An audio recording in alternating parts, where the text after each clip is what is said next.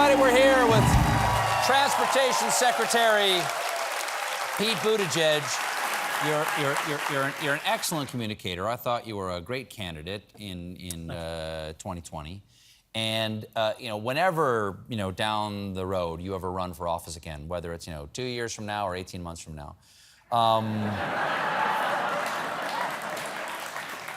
how do you feel about the fact that there are 300 Republican candidates on the ballot in just a few weeks who question the legitimacy of the last election, and some who outright believe that it should be overturned? When you saw the New York Times poll, 71% of Americans believe the democracy is in peril. How do you run for office and do so to a public that is losing its faith in the legitimacy, or at least the efficacy, of their vote? So one of the most important principles in democracy is that when you lose, you accept the outcome.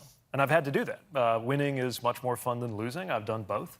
But when you lose, you accept the outcome. And the reason that's so important is because we expect the same thing from citizens in terms of policy decisions. In other words, part of what it means to live in a democracy is that we have this process for getting decisions that all of us have to live by. Those of us who agreed with the decision and those of us who were against it. Whether it's a court decision or a decision by Congress on what the law ought to be. And so if we all have to live with the outcome of each of these policy choices, it's only fair that the people who make them have to live with the outcome of when we choose which one of them is going to be in charge. That's how the bargain works. Since the last time you and I were here together, you're now a dad. You and your husband, Chester, are now dads of twins.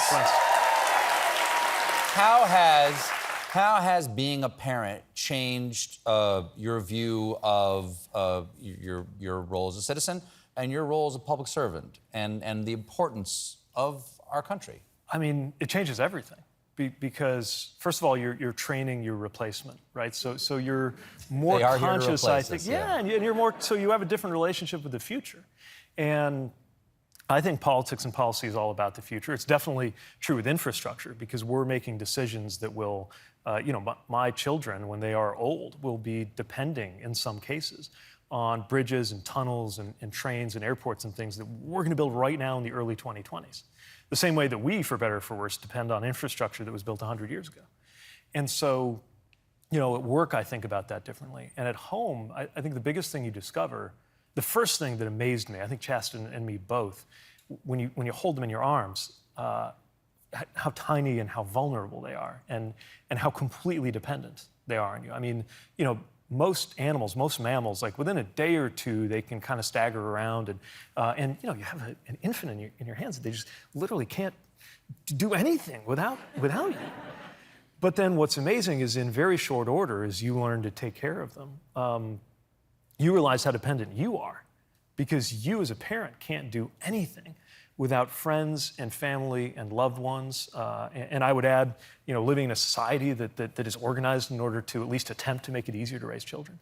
So you begin by realizing how dependent they are on you, and then you come to realize how dependent you are on everybody else. And it's changed our relationships in a beautiful way, but to our own parents and to our neighbors and to our friends and everybody who's involved in this incredible project of raising human beings.